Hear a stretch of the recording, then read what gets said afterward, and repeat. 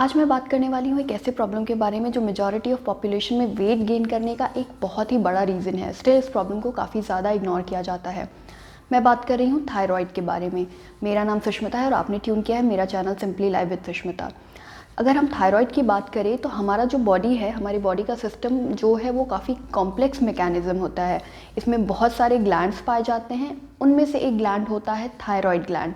ये हमारे ट्रैकिया यानी कि विंड पाइप के पास यहाँ पर स्टैब्लिश होता है। ये बहुत ही छोटा सा एक बटरफ्लाई तितली के शेप में, इसके दो विंग्स होते हैं, दो, एक लेफ्ट राइट में, और बीच में ये एक टिश्यू से जुड़ा होता है और ये हमारे विंड पाइप को कवर किए हुए होता है। अब इसका काम क्या है? अगर हम पहले प्रॉब्लम को समझना है तो हमें सिस्टम को समझना होगा कि ये प्रॉब्लम शुरू कहाँ से होती है। ये एक ऑर्गन है, ये एक ग्लैंड है जो हार्मोन सिक्रीट करता है T3 एंड T4।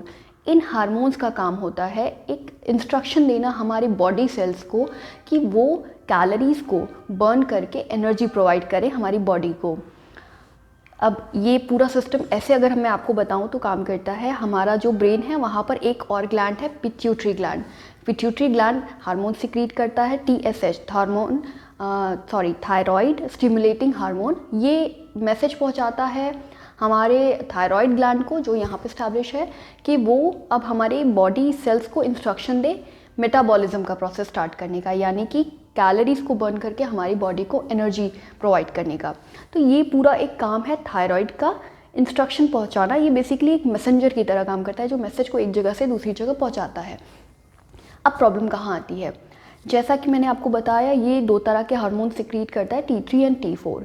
अब अगर इस हार्मोन के सिक्रीशन के प्रोसेस में कोई भी प्रॉब्लम आ जाए, कोई डिसबैलेंस आ जाए, जैसे दो तरह का प्रॉब्लम आता है, या तो ये हार्मोन्स बहुत ज़्यादा सिक्रीट होने लगते हैं, निकलने लगते हैं इस ग्लैंड से, या बहुत कम हो जाते हैं। तो अब अगर हमारी बॉडी में ऐसी सिचुएशन आती है तो दो इश्यूज़ क्रिएट होते हैं। एक होता है जिसे हम कहते हैं हाइपर थायराइड, यानी कि इस प्रॉब्लम में ये जो ग्लैंड है बहुत ज़्यादा हार्मोन सिक्रीट करने लगता है।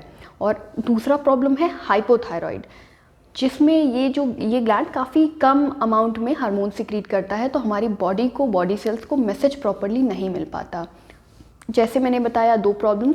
आप जब भी हाइपो वर्ड सुने, हाइपो का मतलब होता है कम, और हाइपर वर्ड जहाँ आता है उसका मतलब ज़्यादा। दोनों प्रॉब्लम्स हैं, हाइपो एंड हाइपरथायराइड। हाइपोथायराइड में वेट कम होने लगता है क्योंकि हमारी बॉडी को बहुत ये जो मेटाबॉलिज्म प्रोसेस है काफ़ी ज़्यादा हाई हो जाता है। और जो हाइपोथायराइड है जिसके बारे में आज हम बात करने वाले हैं, उसमें वेट गेन होने लगता है क्योंकि हमारी बॉडी सेल्स को प्रॉपरली मैसेज नहीं मिलता, ये हार्मोन्स प्रॉपरली मैसेज नहीं पहुंचा पाता है कि उन्हें अब एनर्जी, जो कैलोरीज हैं उनको एनर्जी में कन्वर्ट करके हमारी बॉडी को एनर्जी प्रोवाइड करना है। तो हम अब आज बात करने वाले हैं हाइपोथायराइड के बारे में। तो बेसिक आपको प्रॉब्लम समझ में आ गई कि अगर आपका ग्लैंड है वो डिसफंक्शन करने लगे, वो प्रॉपरली फंक्शन ना करे, तो आप में ये प्रॉब्लम हो सकती है। तब आप थायराइड प्रॉब्लम की वजह से वेट गेन कर सकते हो। अब हम बात करते हैं कि इनके सिम्टम्स क्या क्या हैं। अगर आप हाइपोथायराइड से सफ़र कर रहे हो तो आपको सबसे बड़ा सिम्टम आपका होगा, आपका वेट बहुत ज़्यादा गेन होने लगेगा, आपकी स्किन ड्राई रहने लगेगी, आपका हेयर फॉल होने लगेगा, आप सेंसिटिव हो जाओगे ठंड को लेकर के, आपके जॉइंट पेन होने लगेगा। ये सारी प्रॉब्लम्स आपको होने लगेंगी और ये ऐसी प्रॉब्लम्स हैं हम इन्हें अपनी रेगुलर लाइफ में एक्सेप्ट कर लेते हैं। ठीक है, हेयर फॉल हो रहा है तो हो रहा है, कोई इशू नहीं है। वेट गेन हो रहा है, क्या कर सकते हैं, हमें थायराइड है, तो हम इस चीज़ को एक्सेप्ट कर लेते हैं, जो आगे चल कर के और भी बड़े प्रॉब्लम्स को क्रिएट करता है। तो इससे अच्छा है कि हम इन्हें पहले ही क्योर कर लें। अब हम बात करते हैं कि हमें करना क्या चाहिए। अगर हम थायराइड से सफ़र कर रहे हैं तो हमें करना क्या चाहिए।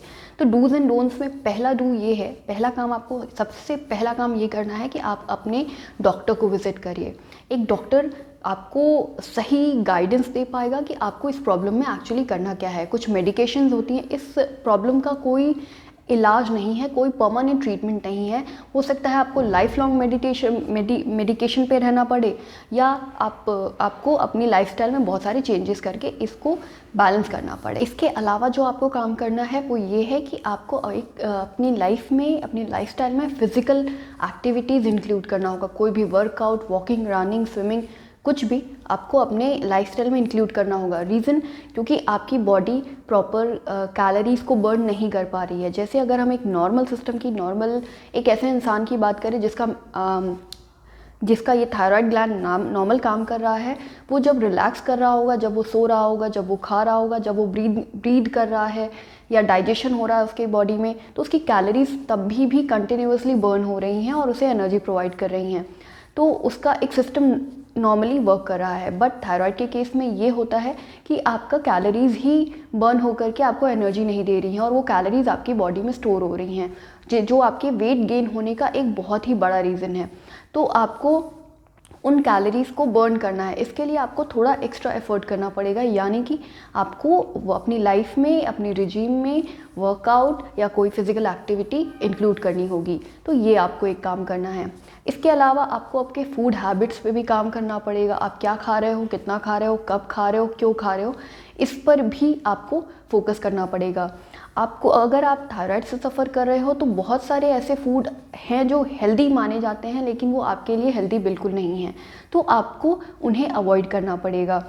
तो हम बात कर लेते हैं, अब हम जो अगली बात करेंगे वो ये कि आपको कौन कौन से फूड आइटम्स, कौन कौन से फूड हैं जो अवॉइड करने पड़ेंगे अपने डाइट में, बिल्कुल भी इंक्लूड नहीं करना है, इसे हटा करके आपको अपना डाइट मेंटेन करना है।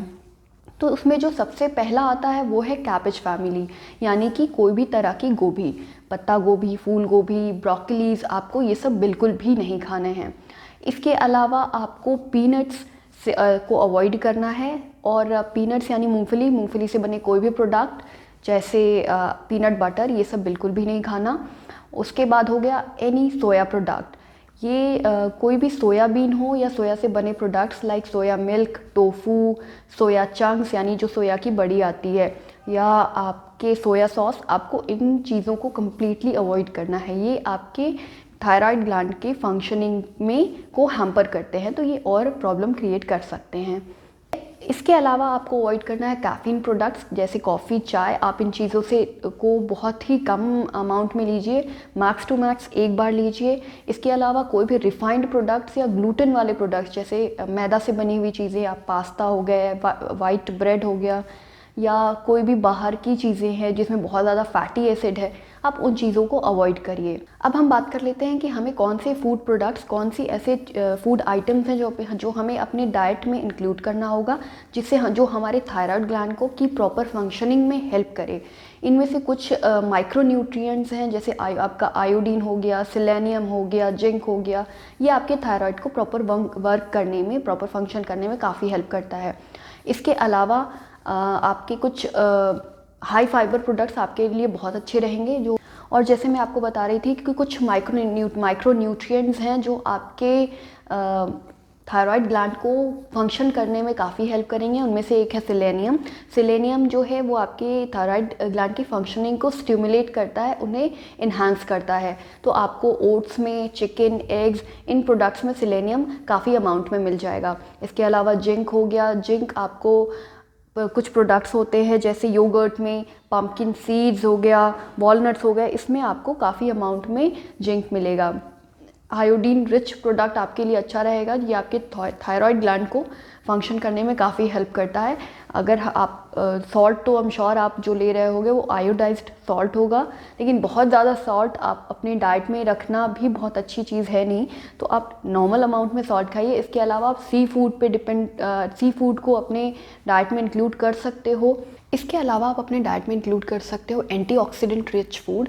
एंटीऑक्सीडेंट रिच फूड जो होते हैं वो आपके मेटाबॉलिज्म और आपके इम्यूनिटी के लिए बहुत अच्छे होते हैं। और कुछ ऐसे फ्रूट्स हैं लाइक बेरीज़ हो गई, आपकी रसबेरीज़, ब्लूबेरीज़, हल्दी, ग्रीन टी, ये सारी चीज़ें एंटीऑक्सीडेंट रिच होती हैं, तो आपको इसे अपने डाइट में इंक्लूड करना चाहिए। हम बात कर लेते हैं डाइट प्लान की। हमें थायराइड में क्या डाइट फॉलो करना चाहिए।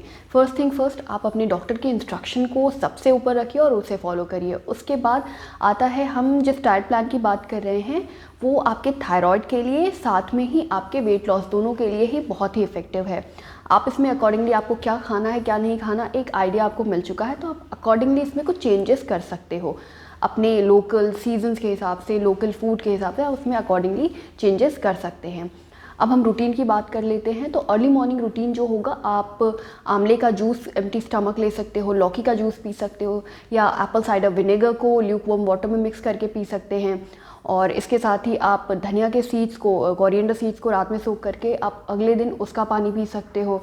तो ये एक गुड स्टार्ट होगा आपके पूरे दिन के रूटीन के लिए। अब हम बात कर लेते हैं ब्रेकफास्ट। आपको 9 AM इन द मॉर्निंग, 9 बजे तक आपको अपना ब्रेकफास्ट स्टार्ट कर लेना चाहिए। और ब्रेकफास्ट में आप हाई फाइबर, आप कोशिश करो कि आप high fibre high protein diet लो। जैसे आप ब्राउन राइस से बनी इडली सांभर और साथ में कोकोनट चटनी ले सकते हो। कोकोनट मैंने आपको बताया कि थायराइड में बहुत ही अच्छा होता है, तो आप ये ले सकते हो। आप ओट्स, मिल्क और साथ में फ्रूट और बेरीज ले सकते हो। आप किनुआ से बना हुआ उपमा ले सकते हो। आप ब्राउन राइस और वेजिटेबल उपमा मिक्स करके ले सकते हो। तो ये कुछ डाइट के आइडियाज़ हैं, ये आप अपने ब्रेकफास्ट में इंक्लूड कर सकते हैं। अब हम बात करते हैं मिड मॉर्निंग स्नैक की। मिड मॉर्निंग स्नैक का इंपॉर्टेंस, आपको जनरली आप देखोगे कि आपको भूख नहीं लगी होती है, 11-11:30 के आसपास उतनी भूख नहीं लगी होती है, बट स्टिल एक आपको मिड मॉर्निंग स्नैक लेना चाहिए। इससे ये होगा कि आप लंच में ओवर ईटिंग करने से बचोगे, क्योंकि लंच तक आपको बहुत ज़्यादा भूख नहीं लगेगी। तो मिड मॉर्निंग स्नैक में आप एप्पल ले सकते हो, आप कोई भी एक सीजनल फ्रूट ले सकते हैं, आपके लिए वो सही रहेगा। तो और साथ में आप एक ग्रीन टी ले सकते हो। ग्रीन टी एंटीऑक्सीडेंट रिच है, तो वो आपके लिए एक चीज़ अच्छी रहेगी। स्टिल अगर आप चाय पीना चाहते हो या कॉफ़ी पीना चाहते हो, तो दिन में एक बार आप चाय या कॉफ़ी ले सकते हैं। तो ये आपका चॉइस है, आप इसे शाम को पीना चाहते हो या आप इसको फर्स्ट हाफ में पीना चाहते हैं। अब हम बात कर लेते हैं लंच की।